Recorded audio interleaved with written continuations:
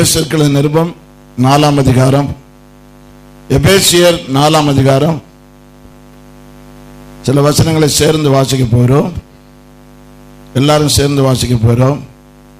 எபேசியர் 4:11 16 வரையிலும் எல்லாரும் சத்தமாய் நாம் வாசிக்க போகிறோம். 11ஆம் வசனத்திலிருந்து 16 வரையிலும் வாசிப்போம்.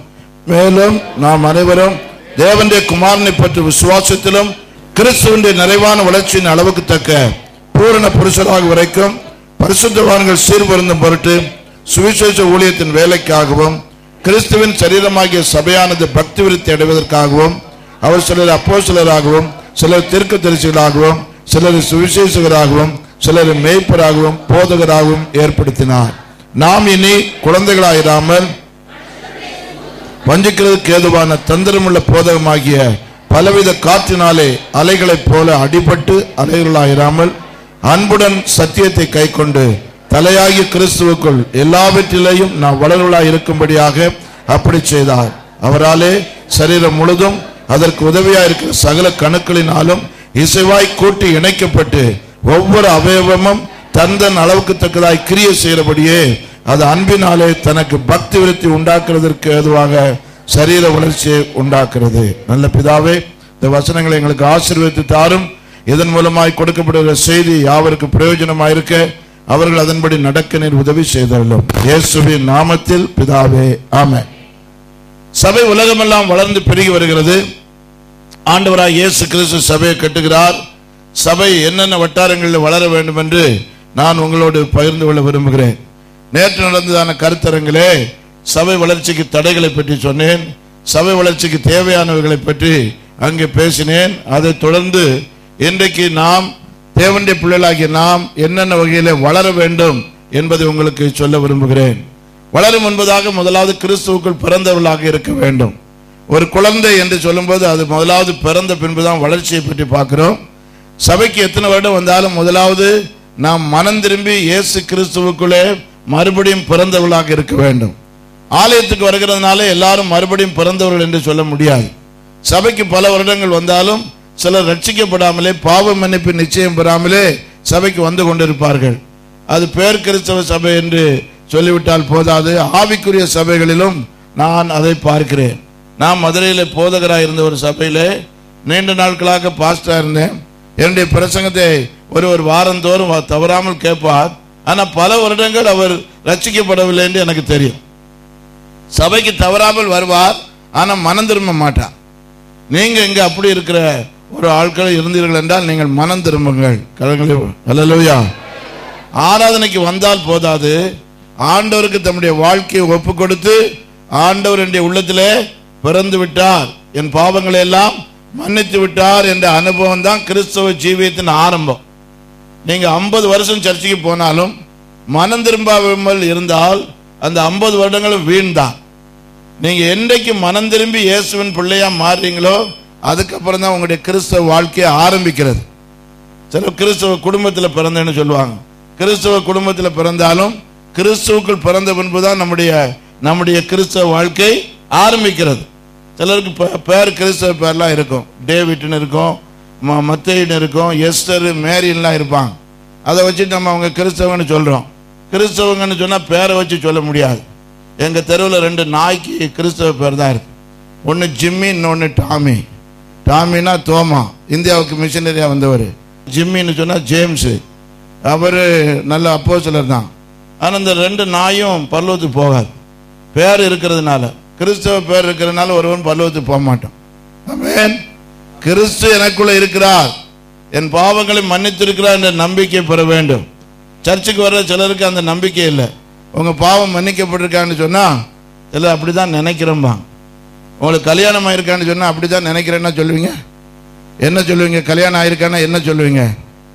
ஆமான்னு சொல்லுவீங்க அல்லது இல்லைன்னு சொல்லுவீங்க. இல்லை எனக்கு உறுதியாக தெரியாது அப்படின்னா ரொம்ப ஆபத்தான ஆளுன்னு அர்த்தம். கல்யாணம் ஆனதுக்கப்புறம் ஆனது மாதிரி தான் தெரியணும் ஒழிய அதுக்கப்புறம் ஆகாத மாதிரிலாம் தெரியப்படாது. சிலர் சர்ச்சுக்கு வருவாங்க, சொல்லுவாங்க எனக்கு பாவ மன்னிப்பு உண்டு நினைக்கிறேன் அப்படின்லாம் சொல்லுவாங்க. இது நினைக்கிறது கிடையாது. இயேசு உங்கள் உள்ளத்தில் இருந்தால் நிச்சயமாக உங்களுக்கு தெரியும். அது உங்களுக்கு உறுதியாக தெரியலைன்னு சொன்னால் உங்கள் உள்ளத்தில் இயேசு இல்லைன்னு அர்த்தம். நான் அரசாங்க வேலையில் கோயம்புத்தூர் பக்கத்தில் தாராபுரம் பக்கத்தில் வேலை செய்து கொண்டிருக்கும் போது ஒரு கவுண்டர், ஒரு பணக்காரர் எனக்கு தெரியும். நான் அவரோட பேசி கொண்டிருப்பேன். திடீர்னு வேலைக்காரனை கூப்பிட்டு போய் என் மனைவிட்டு போய் நான் சாப்பிட்டேனா இல்லையான்னு கேட்டுவான்னு சொல்லுவார். இவர் சாப்பிட்டதா இல்லையாங்கத ஒய்ஃபிட்ட போய் கேட்டது சொல்லுவார். இவர் மறந்துட்டேன்னு சொல்லுவார். இது போல உள்ளது அல்ல. நம்ம உள்ளத்துல இயேசு இருக்கிறாரா இல்லையான்னு நமக்கு திட்டமா தெரியும். இல்லாவிட்டால் இந்த காலவெளியில உங்களுடைய வாழ்க்கையை இயேசுவுக்கு ஒப்பு கொடுங்கள். நீங்க ரொம்ப நாளா வந்த ஆட்களா இருக்கலாம், அதை பற்றியே கவலை இல்லை. பிசாசு ஆயிரக்கணக்கான வருஷம் சர்ச்சுக்கு வந்துட்டு தான் இருக்கிறான். ஒவ்வொரு ஆராதனையிலும் வர்றான். நீங்க லேட் ஆனாலும் அவன் தான் முத ஆளா வருவான், அவன் தான் கடைசி ஆளா போவான். ஆனா ஒரு நாள் மனம் திரும்ப மாட்டான், ஞானச்சானம் எடுக்க மாட்டான். உங்க வாழ்க்கையில் அப்படி இருக்கக்கூடாது.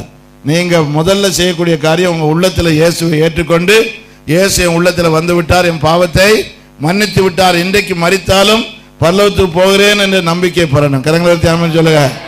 அந்த நம்பிக்கை இல்லாவிட்டால் அதை இப்பவுமே பெற்றுக்கொள்ள வேண்டும். கிறிஸ்துவுக்குள் பிறந்த போது நாம் குழந்தையா இருக்கிறோம். ஒரு பிள்ளை பிறந்த உடனே அந்த பிள்ளைய பார்த்த உடனே என்ன சொல்றோம்? அப்பாவை உரிச்சு வச்சது மாதிரி இருக்கு. அப்பா உரிச்சா இவ்வளவு சைஸா இருப்பாரு, அப்பா இருக்கிறாரு 100 கிலோ இருக்காரு, இது 1.5 கிலோ தான் இருக்கு. ஆனா அப்பா மாதிரி இருக்குன்னு சொல்ல என்ன அர்த்தம்? அப்பாவுடைய சாயல் இருக்குது அல்லது அம்மாவை போல இருக்குதுன்னு சொல்றோம். அப்ப கிறிஸ்துவுக்குள்ள பிறந்திருக்கிற நாம கிறிஸ்துவை போல சிறு பிள்ளையா இருக்கிறோம். ஆமென். அப்பா ஒரு மாதிரி இருக்கு, அம்மா ஒரு மாதிரி இருக்குது. அப்பா மாதிரி இல்ல, அம்மா மாதிரி இல்ல. இந்திய தாய் தகப்பனு பிறந்த சீனா பிள்ளை மாதிரி இருக்குன்னா சம்திங் ராங். அப்பா மாதிரி இல்லை, அம்மா மாதிரி இல்லை, ஒரு மாதிரி இருக்கு. சீனா மாதிரி மூக்கெல்லாம் ஒரு மாதிரி சப்பையா போய் கண்ணெல்லாம் ஒரு மாதிரி இருக்குன்னா என்ன எங்க தப்பு நடந்ததுன்னு யோசிக்கிறாக்கள் ஆயிரும். நீங்க இயேசுடைய பிள்ளைனா இயேசுவை போலவே இருக்கணும். கரங்களை தியானம் சொல்லுங்க. அல்லேலூயா.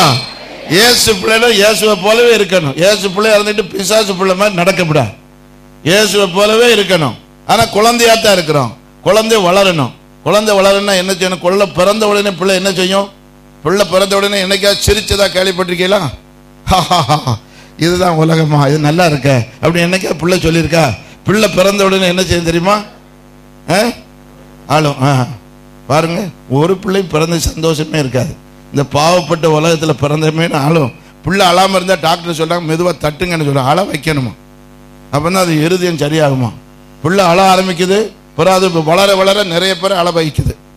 அத முதல்ல அது அழுது, பிறகு அதை பெற்றெடுத்த தாய் அழுது, பிறகு இதை பெத்தமேனு தகப்பை அழுது, அதுக்கப்புறம் ஊரெல்லாம் அழக்கூடிய அளவில் ஆகிப்போகுது. அப்படி இருக்கக்கூடாது. பிறந்த உடனே அழுந்து பிறக்கிறோம் இந்த பாவ உள்ள உலகத்துல. அதுக்கப்புறம் வளரும் போது கிறிஸ்துவை போல் வளர வேண்டும். அல்லேலூயா. இயேசு கிறிஸ்துவின் நிறைவான வளர்ச்சியின் அளவுக்கு தக்க பூரண புருஷராக வரைக்கும் என்று 11ஆம் வசனத்தில் பார்க்கிறோம். நாள் வளர்ந்து வளர்ந்து வளர்ந்து வளர்ந்து இயேசுவை போல் வளரணும். இயேசுவை பார்க்கிறவர்கள் உங்களை பார்க்கணும், உங்களை பார்க்கிறவர்கள் இயேசுவை பார்க்கணும். பிள்ளை வளருவதற்கு என்னெல்லாம் தேவை? நல்ல ஆகாரம் தேவை, நல்ல நல்ல ஆரோக்கியம் தேவை. பிள்ளை வளர்ந்து வரும்போது கொஞ்சம் அப்புறம் வேலை செய்யணும். நல்ல ஆகாரம் நமக்கு ஆவிக்குரிய நல்ல சபைகளுக்கு போனா தான் ஆவிக்குரிய ஆகாரத்தை பெற முடியும். பிள்ளை வளரணும்னா நல்ல நல்ல ஆகாரம் தேவை. ஆரம்பத்தில் பால் கொடுக்கிறோம், அதுக்கப்புறம் அதனுடைய வயதுக்கு ஏற்ப நல்ல சத்துணவுகளை கொடுக்கிறோம், அப்புறம் பிள்ளை வளர்கிறது. குழந்தைக்கு எக்ஸசைஸ் கிடையாது, சரீரமாக அது உடற்பயிற்சியெல்லாம் பண்ணாது. அதனால தான் பிறந்த பிள்ளை கை காலெல்லாம் என்ன செய்யுது? ஆட்ட ஆரம்பிக்குது இல்லையா, குதிக்குது. அதெல்லாம் என்னன்னா அப்படி இருந்தால் தான் சரீரம் இருக்கும். அப்புறம் வியாதி வராமல் பாதுகாக்கணும், ஆரோக்கியத்தை பாதுகாக்கணும். இந்த 3 ஒரு பிள்ளைக்கு அவசியம். நல்ல உணவு, அப்புறம் சரீர பயிற்சி, அப்புறம் வியாதி வராமல் பாதுகாத்தல். இதே போல ஆவிக்குரிய ஜீவியத்தில் நீங்க நல்ல ஆவிக்குரிய நிலைமையில வேத வசனத்தை வாசிக்க, நீங்க ரட்சிக்கப்படாதவர்கள் ரட்சிக்கப்பட, பரிசுத்த ஆவியை பெற, ஞானஸ்தானம் பெற, வேத வசனத்தை தியானிக்க, இதுதான் நம்ம கையில ஆண்டவர்